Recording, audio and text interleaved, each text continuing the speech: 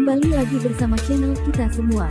Jika Anda suka, jangan lupa komen, like dan subscribe, serta juga bila Anda berkenan, aktifin subtitlenya supaya ada tulisan teksnya. Kita langsung ke ceritanya. Perintah Kaisar Naga. Bab 6175-6176. Keanehan Aula Dewa. Meraung. Monster itu sepertinya merasakan penghinaan Dev, mengeluarkan raungan yang memekakkan telinga, dan menerkam Dev. Kecepatannya mencengangkan. Tubuhnya yang besar tampak tanpa bobot pada saat itu, dan seperti sambaran petir hitam, ia tiba di depan Dev dalam sekejap. Cakar raksasa itu menghantam dengan kekuatan yang mengguncang bumi. Everly memejamkan matanya, tak sanggup melihat lebih lama lagi. Boom! Suara dentuman keras. Asap dan debu memenuhi udara, dan bumi bergetar. Everly merasakan tanah di bawah kakinya bergetar, seolah-olah akan runtuh kapan saja. Sesaat kemudian, asap dan debu menghilang. Everly membuka matanya dan langsung terkejut. Dev tetap berdiri di tempat yang sama, tanpa bergerak. Tangan kanannya, yang terangkat di atas kepalanya, dengan mantap menangkap cakar raksasa monster itu. Dia menangkap pukulan itu, yang cukup kuat untuk menghancurkan gunung, hanya dengan satu tangan, dan melakukannya dengan tenang. Monster itu membeku, ekspresi kebingungan terpancar di mata merahnya. Ia tidak mengerti mengapa serangan habis-habisan yang dilancarkannya begitu mudah ditangkis oleh manusia kecil. Dev mengangkat kepalanya, menatap monster itu, dan berkata dengan tenang, hanya ini. Begitu selesai berbicara, dia mengerahkan kekuatan dengan tangan kanannya dan mengayunkannya dengan tajam. Monster raksasa itu dilemparnya dengan satu tangan dan menabrak pohon besar dengan keras. Pohon kuno yang menjulang tinggi itu, yang membutuhkan beberapa orang untuk mengelilinginya, patah seketika, dan monster itu jatuh ke tanah dengan jeritan melengking. Dev tidak memberi kesempatan untuk menarik napas. Dia melangkah maju, dan sosoknya seketika muncul di depan monster itu. Dia mengangkat tangannya dan menamparkan ke bawah. Bang! Dia menamparkan dada monster itu. Dada monster itu langsung ambruk, dan darah hitam pekat menyembur keluar. Makhluk itu mengeluarkan jeritan yang sangat melengking, tubuhnya yang besar bergetar hebat, lalu roboh ke tanah, tak bernyawa. Monster di puncak tingkat ke-9 alam dewa abadi sejati terbunuh dengan satu pukulan telapak tangan. Everly benar-benar tercengang. Dia memandang Dev seolah-olah dia adalah dewa yang tak terkalahkan, matanya dipenuhi kekaguman dan pemujaan. Dia adalah seorang dewa abadi sejati tingkat 3, dan dia membunuh seorang dewa abadi sejati tingkat 9 puncak dengan satu pukulan telapak tangan. Kekuatan seperti apa ini? Teknik macam apa ini? Ia tiba-tiba teringat perkataan Dev sebelumnya, alam dewa abadi sejati tingkat 3. Dia benar, dia memang dewa abadi sejati tingkat 3. Tapi orang sepertinya, yang seorang dewa abadi sejati tingkat 8, bahkan tak sebanding dengan semut di matanya. Saat itu, dia mengira itu adalah kesombongan. Sekarang dia tahu bahwa itu bukanlah kesombongan. Itu adalah kenyataan. Dev menarik tangannya, menoleh ke arah Everly, dan berkata dengan tenang, ayo pergi. Everly tersadar dari lamunannya, mengangguk cepat, dan mengikutinya dari belakang, matanya dipenuhi kekaguman. Tuan muda, kultivasimu. Apa tingkat kultivasimu? Dia tak kuasa menahan diri untuk bertanya. Dev tidak menoleh, nadanya tenang, tingkat ketiga alam dewa abadi sejati. Everly tidak mempercayainya. Namun dia tidak berani mengajukan pertanyaan lagi. Keduanya melanjutkan perjalanan mereka. Setelah berjalan sebentar, pemandangan tiba-tiba terbentang di hadapan mereka. Hutan lebat itu berakhir. Di depan terbentang dataran luas, dengan pegunungan di kejauhan yang samar-samar terlihat, diselimuti kabut. Everly menoleh ke belakang, memandang hutan lebat di belakangnya. Cahaya merah darah masih menyelimuti seluruh hutan, seperti mata raksasa yang mengawasi mereka. Dia menggigil dan segera memalingkan kepalanya, tidak berani melihat lagi. Berdiri di tepi dataran, menatap ke kejauhan, Dev tiba-tiba bertanya, ke arah mana Aula Dewa?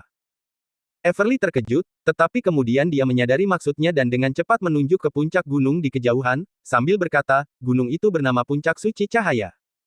Aula Dewa terletak di puncak-puncak suci cahaya. Dev melihat ke arah yang ditunjuknya dan melihat puncak gunung menjulang tinggi ke awan, dengan awan dan kabut berputar-putar di sekitar puncaknya, dan istana serta paviliun dapat terlihat samar-samar. Ayo pergi, katanya dengan tenang. Everly mengangguk dan mengikuti di belakangnya. Keduanya berubah menjadi garis-garis cahaya dan melesat menuju puncak suci cahaya. Di perjalanan, Everly tak kuasa bertanya, Tuan muda, untuk apa kamu pergi ke Aula Dewa? Dev terdiam sejenak, lalu berkata dengan tenang, mencari seseorang untuk membantu. Everly terkejut, lalu mengangguk dan tidak bertanya lagi. Dia bisa merasakan bahwa Dev menyimpan banyak rahasia. Tetapi dia juga tahu bahwa rahasia-rahasia itu bukanlah hal yang seharusnya dia tanyakan. Dev tiba-tiba berbicara lagi, seberapa banyak yang kamu ketahui tentang Aula Dewa ini? Everly berpikir sejenak dan berkata, Aula Dewa adalah salah satu kekuatan tertua di Tanah Suci Cahaya, dan konon memiliki sejarah puluhan ribu tahun. Mereka bertanggung jawab untuk melindungi cahaya dan selalu dihormati oleh para pembudidaya yang saleh. Di dalam Aula Dewa, konon terdapat sebuah metode rahasia yang mampu membangkitkan jiwa, dan banyak pembudidaya berbondong-bondong ke sana untuk mencari pertolongannya. Dev mengangguk tanpa berkata apa-apa. Everly ragu sejenak, lalu berkata, namun, Aula Dewa selalu bertindak secara rahasia dan jarang berhubungan dengan dunia luar. Jika kamu meminta bantuan mereka, mungkin tidak akan semudah itu. Dev berkata dengan tenang, aku tahu. Everly menggigit bibirnya dan berbisik, Tuan Muda, jika aku boleh bertanya. Siapa yang sedang kamu coba selamatkan? Dev terdiam sejenak, lalu berkata pelan, dua orang teman. Everly menatapnya, sebuah emosi kompleks bergejolak di dalam dirinya. Pria yang sangat perkasa ini sebenarnya melakukan perjalanan ribuan mil ke Tanah Suci Cahaya untuk meminta bantuan dari Aula Dewa untuk temannya. Ia tiba-tiba menyadari bahwa sikap dingin dan acuh tak acuh Dev bukanlah sifat aslinya. Itu hanyalah kedok pelindung. Jati dirinya yang sebenarnya adalah seorang pria yang penuh kasih sayang dan kesetiaan. Tuan Muda, meskipun kekuatan Everly kecil, jika ada sesuatu yang dapat aku lakukan untuk membantu, jangan ragu untuk meminta bantuan, kata Everly dengan sungguh-sungguh. Dev meliriknya dan mengangguk. Terima kasih. Everly merasakan gelombang kegembiraan. Dia merasa perjalanannya berharga karena Dev telah mengucapkan, terima kasih. Keduanya melaju dengan cepat dan segera tiba di kaki puncak suci cahaya.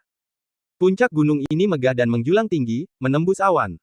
Gunung itu ditutupi vegetasi yang rimbun, kaya akan energi spiritual, dan aroma samar memenuhi udara. Dev berhenti dan menatap puncak gunung. Di sana, sebuah istana besar dapat terlihat samar-samar, muncul dan menghilang di antara awan dan kabut. Aula Dewa, gumam Dev. Everly berdiri di sampingnya dan berkata dengan lembut, Tuan Muda, ada batasan di puncak suci cahaya. Kita tidak bisa terbang langsung ke sana.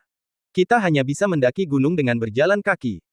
Ini adalah aturan Aula Dewa, untuk menunjukkan rasa hormat kepada Aula Dewa. Dev mengangguk dan mulai berjalan mendaki gunung. Everly segera mengikuti.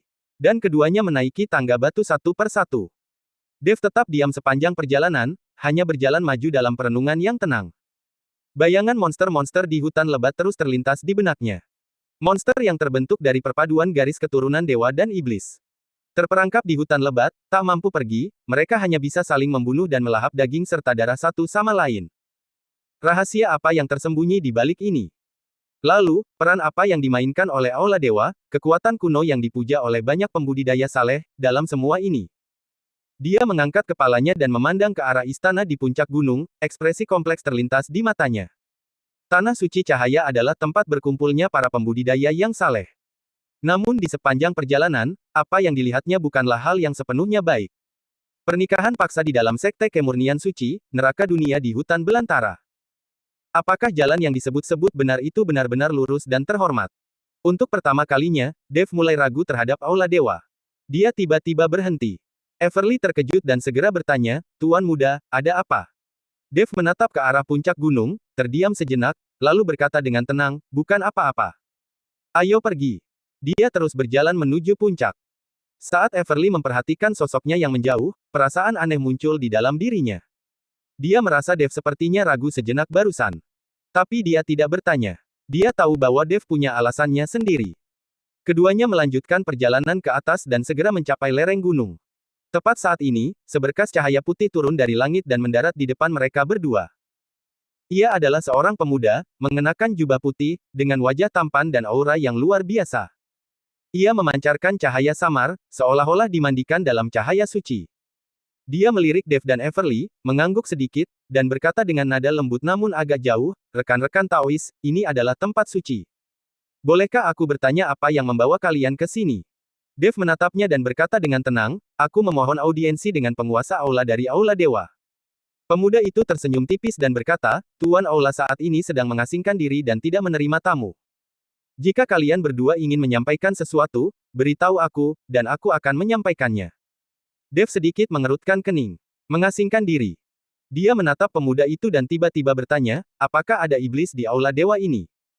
Senyum pemuda itu langsung membeku.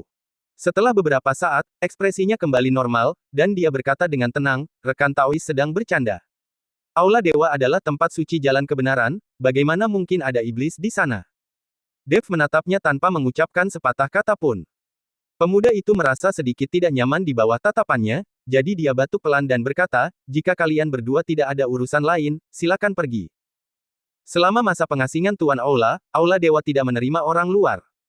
Dev terdiam sejenak, lalu mengangguk. Baiklah. Dia berbalik dan berjalan menuruni gunung. Everly terkejut, lalu segera mengikuti.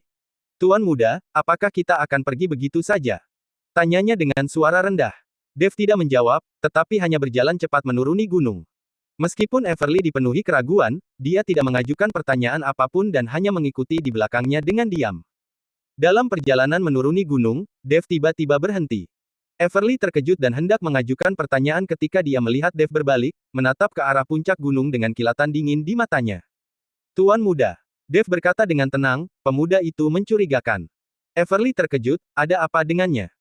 Dev berkata, ekspresinya berubah ketika dia mendengar kata, ras iblis barusan. Everly mengingat kejadian barusan dan mengangguk, memang, dia tampak sedikit gugup. Dev terdiam sejenak, lalu berkata, Aula Dewa mungkin tidak sesederhana yang terlihat dari permukaannya. Jantung Everly berdebar kencang, dan dia berbisik, Tuan muda, maksudmu? Dev tidak menjawab. Dia berbalik dan melanjutkan perjalanan menuruni gunung. Everly mengikuti di belakangnya, perasaan tidak nyaman mulai muncul di hatinya. Tiba-tiba dia teringat akan monster-monster di hutan lebat, dan makhluk-makhluk mengerikan yang memiliki aura dewa dan iblis sekaligus.